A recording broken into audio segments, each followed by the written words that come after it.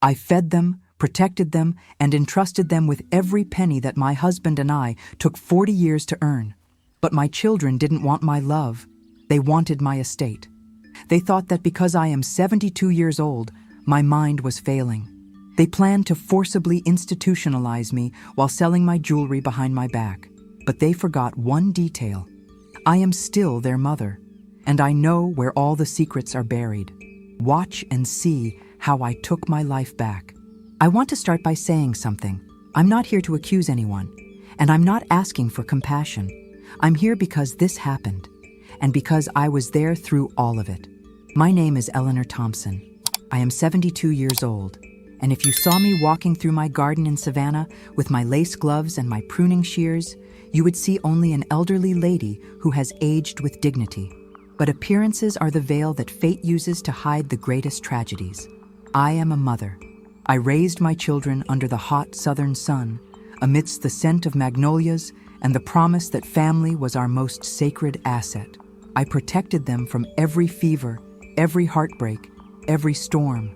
I entrusted them with my life and my future. And one day, silently, they decided I no longer needed either. They didn't scream. They didn't argue. They didn't rush. Julian and Claire, my own children, waited. They waited until I got older, until I moved slower down this hallway of oak floorboards, until people, neighbors, my late husband's old friends stopped asking me difficult questions. They knew my age, and they knew, above all, that I was still conscious. What hurts most is not what they took. It's the care with which they planned everything, believing I wouldn't notice, believing I would remain silent. For a long time, I did. Not because I was weak, but because I loved them. And a mother's love is, sometimes, the weapon children use to destroy us. If you are listening to me now, perhaps you recognize something familiar in the voice of a child who has suddenly become too sweet. Perhaps, unlike me, you will realize it before it's too late, because that is exactly how my life was always guided by stability.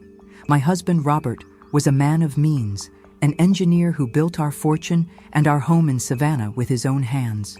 When he passed away 10 years ago, Julian took on the role of man of the family. Julian is a brilliant lawyer in Atlanta, always impeccable in his gray suits, with that smile he inherited from his father, but with eyes that never truly smile. Claire, my youngest, was always the light of my eyes, or so I thought. She moved to Charleston but called me every day. "Mom, did you take your medicine? Mom, don't you think this house is too big for just one person?" I thought it was devotion. I thought it was the return of all the love I had planted. I lived in a reliquary of memories. Every picture frame, every Persian rug, every penny in the bank was a testament to a life of work. I felt safe. But the isolation of age is a prison without bars. You begin to depend on whoever gets the groceries, whoever signs the papers, whoever understands technology. And it was through that gap that they entered. It all started with a family meeting over the Thanksgiving holiday. Julian brought papers. He said that because of new tax laws in Georgia, it would be safer to put the property into a trust managed by him. "It's to protect your assets, Mom, so the government doesn't take anything if you need expensive medical care in the future." Claire held my hand, her cold fingers squeezing mine. "It's best for all of us, Mom. We want you to live like a queen, without worries." I trusted them. How could I not trust the beings that came from inside me?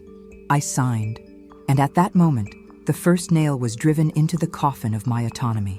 A few weeks later, my credit card, the one I used to buy my seeds and my books, was declined at the local grocery store.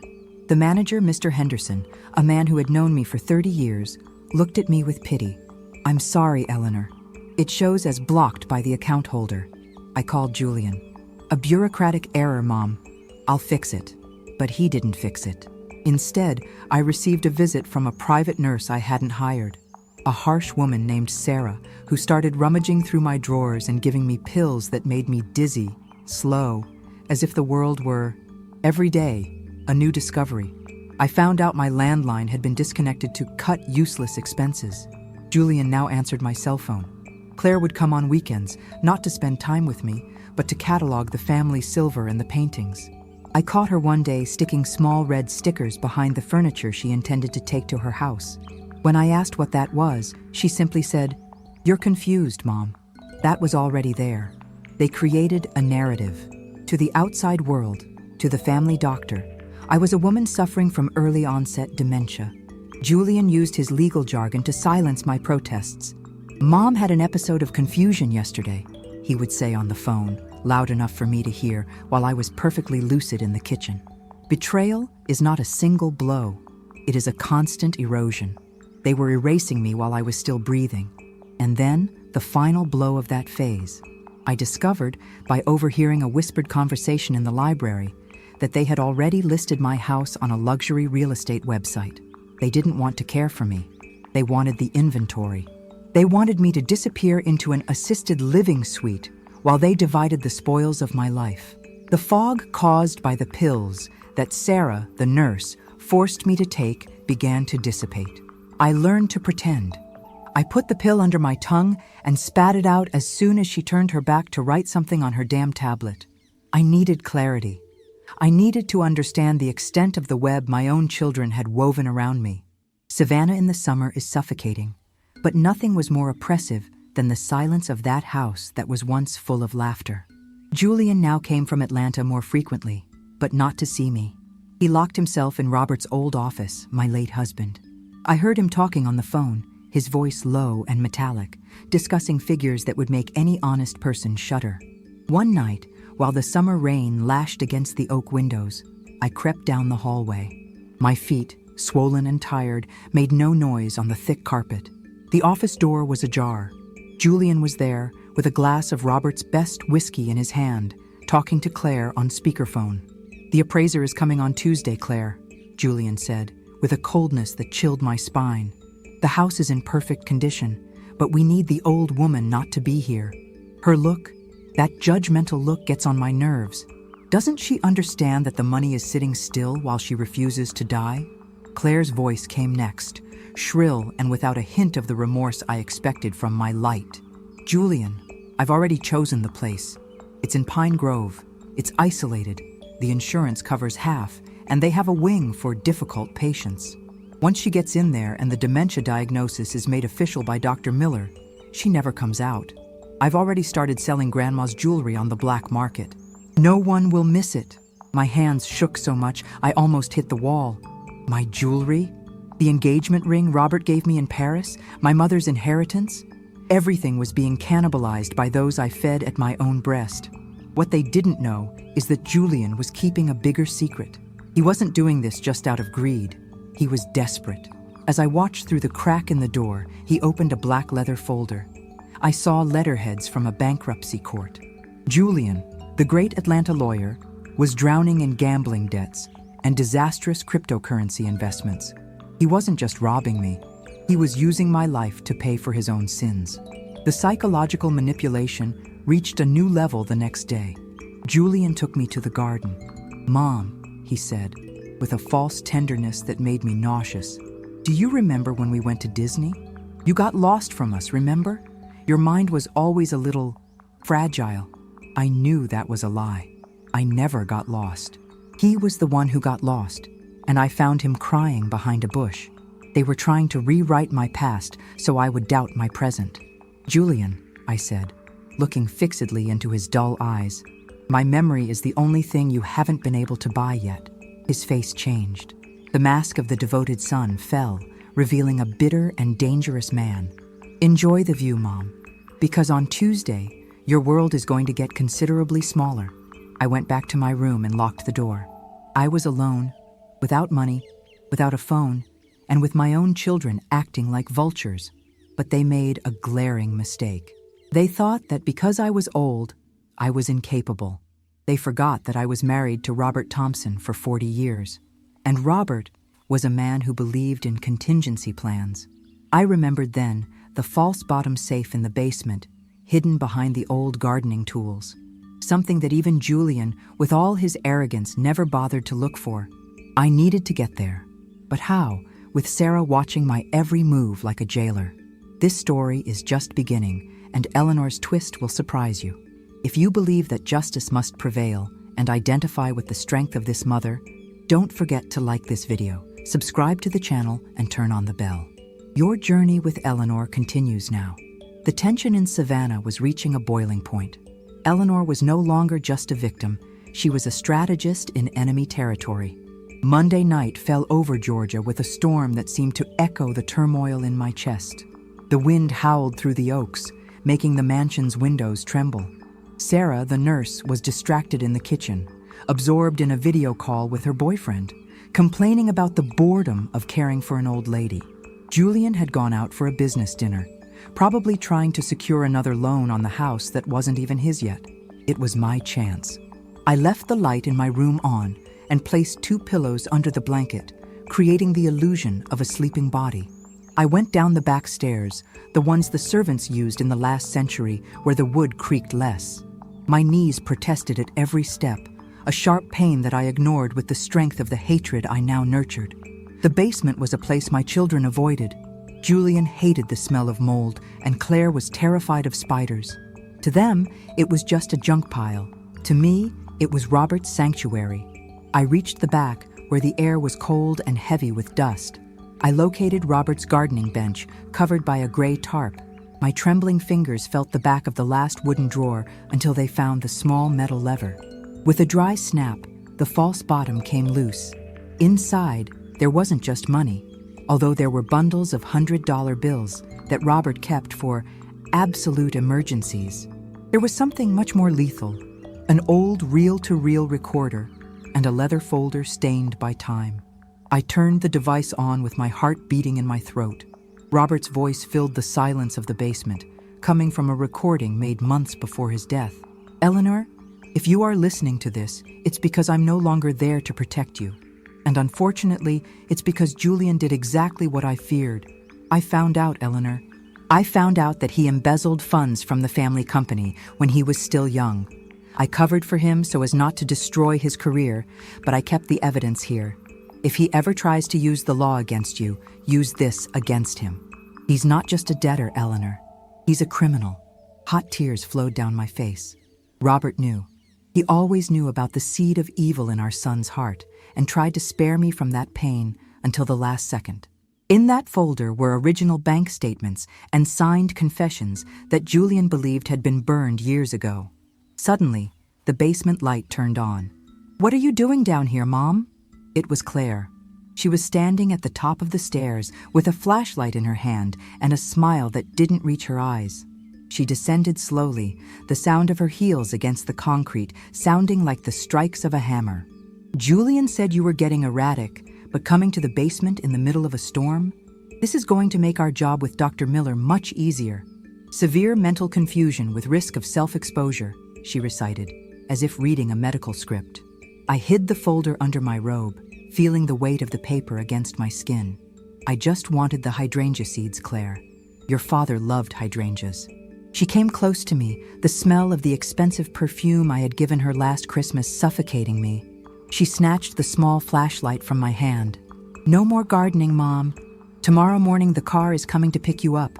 Pine Grove has beautiful gardens, although you can only see them through reinforced windows." She pulled me by the arm with unnecessary force, dragging me up the stairs. I didn't fight. I let her think she had won. I needed them to be confident. Their arrogance was my only ally. When they locked me in the room that night, I heard the sound of the key turning from the outside. I had the evidence.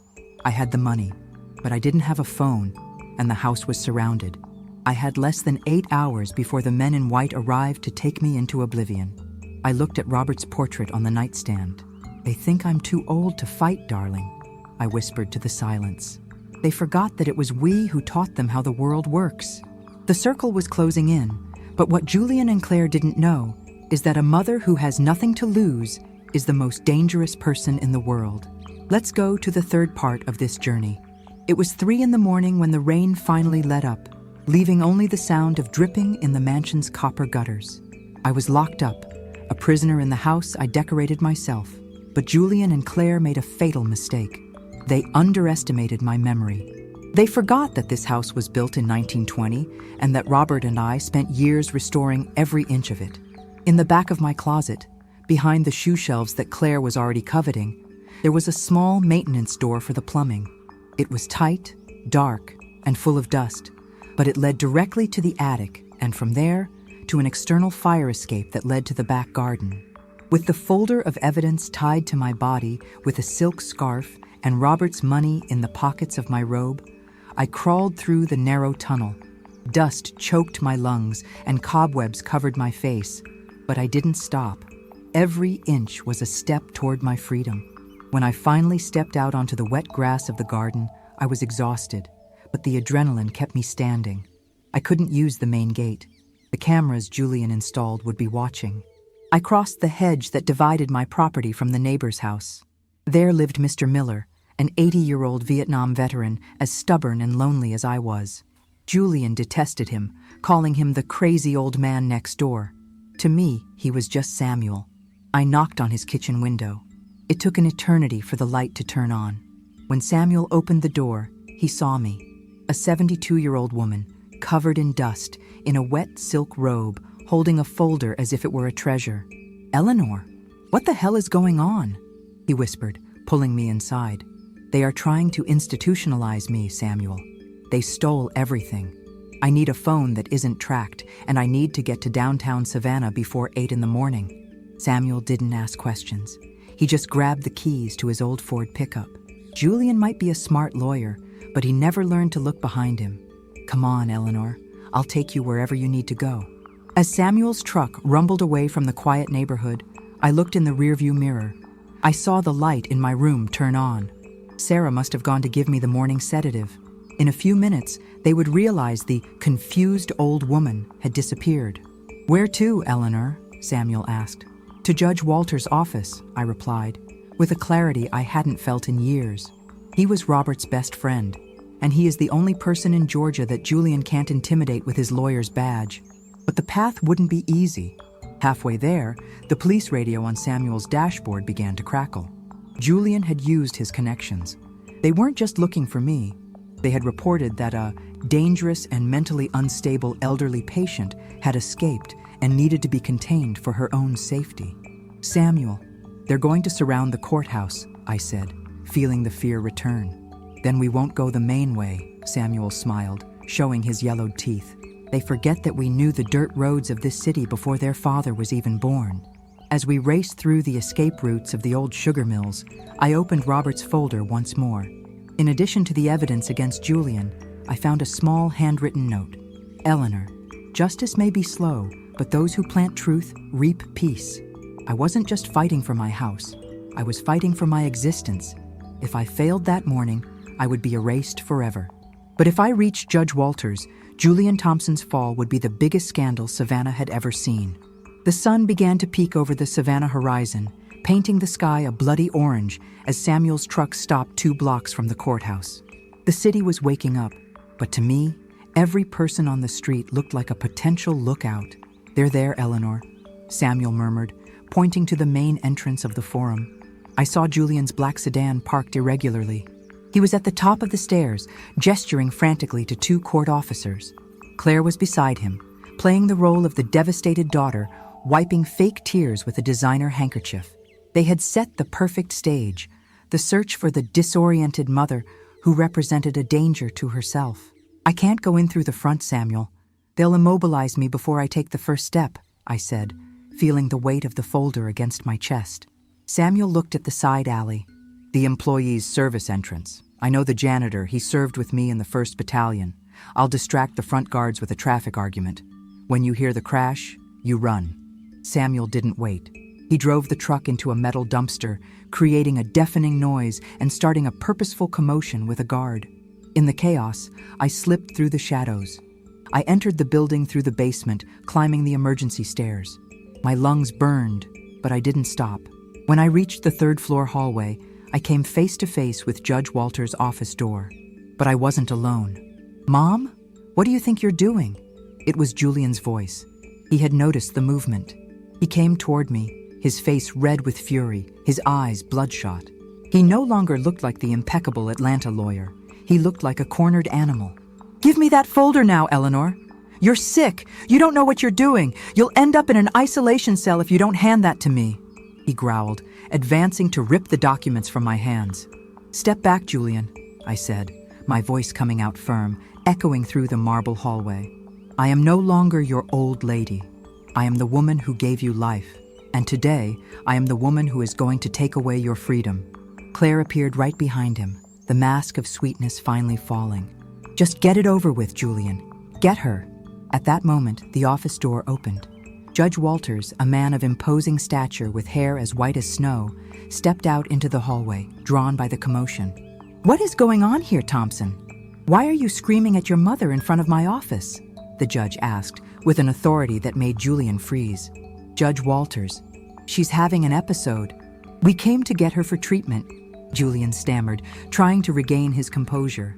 I took a step forward and held out the folder. "Arthur, please. Robert left this for me.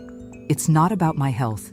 It's about what my son did with the family money and how he and Claire are trying to bury me alive to hide their own crimes." The hallway fell into a deathly silence. Julian tried to intervene, but Judge Walters raised his hand, silencing him. He took the documents, read the first few pages, and his eyes narrowed. He looked at Julian with a contempt I will never forget. "Julian, these are records of embezzlement and fraud that I myself helped Robert investigate years ago, believing you had changed. I see I was wrong." Walters looked at the officers coming up the stairs. "Hold Mr. Thompson and call Internal Affairs, now."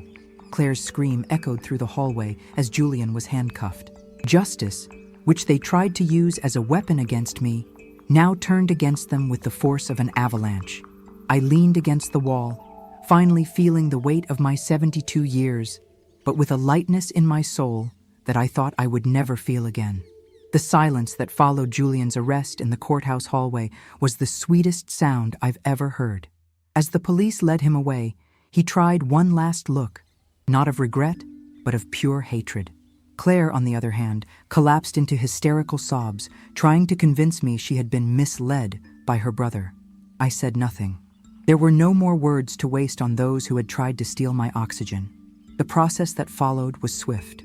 With the evidence Robert kept and Judge Walters' help, the guardianship Julian tried to establish was annulled in less than 48 hours. But the real victory didn't happen in court. It happened when I went home. Samuel took me back in his truck. When I parked in front of the mansion in Savannah, Sarah, the nurse, was already gone, having taken her things in a hurry upon hearing of the arrest of the one who hired her. I entered alone. The scent of magnolias and Robert's perfume were still there, but now the house seemed larger. It seemed mine again. I walked to the kitchen and threw away every one of those pills that made me dizzy. I made some tea, sat on the porch, and watched the sun set over the oaks. For the first time in months, I wasn't a problem to be solved or an inheritance to be divided. I was Eleanor Thompson. Julian was convicted of financial fraud and elder abuse. The sentence was heavy, aggravated by the fact that he was an officer of the court. Claire lost her social status and had to return every penny of the jewelry she had already sold. I made sure she felt the weight of every gram of gold she tried to take from me. They can no longer come near me. There is a court order, but what truly separates us is an abyss that no law can close. The definitive breaking of the sacred bond between mother and child. Today, I live in the same house. I didn't sell it, as they wanted. I hired a young woman, a law student who needed a place to live, and who helps me with internet things in exchange for shelter and wisdom. I still take care of my hydrangeas. They have never been so blue. You know, many people my age are afraid of being a burden, afraid of being a nuisance, afraid of admitting that those they love can be cruel. This fear is the favorite food of predators. If I had remained silent out of love, I would have died in Pine Grove, forgotten and drugged. A mother's love is infinite, yes, but it should not be a suicide pact. I learned that aging is not losing power. It's changing the way you use it. My children knew my age, but they didn't know my strength. They thought that because my hands shake a little while holding the cup, my will to live would also shake. They were wrong. If you are watching this and feel the circle closing in around you, if that excessive care from a relative feels more like a chain, or if you are being silenced at your own table, listen to what I have to say. Speak. Do not protect with your silence those who are destroying you with greed. The world may stop asking you questions, but you must never stop giving the answers. I got everything back: my house, my money, and above all, my name. Julian and Claire thought they had taken everything from me, but they only took the weight of carrying two strangers in my heart. Today, I am free. And freedom, even if it arrives at 72, tastes like a spring morning that never ends. My name is Eleanor Thompson. My own children tried to take everything from me, but they forgot that it was in this house, under my roof and under my teachings, that they learned to be men and women. They simply forgot the most important lesson I gave. Never underestimate a mother who survived everything to protect them, because that same mother will survive you to protect herself. This was my story, but I know I'm not the only one going through this. If my courage inspired you, please leave a like and subscribe to the channel so that more voices like mine can be heard. Comment below which city and state you are watching from. I would love to know how far my voice has reached. Don't forget to turn on notifications so you don't miss any reports. Thank you for being here with me.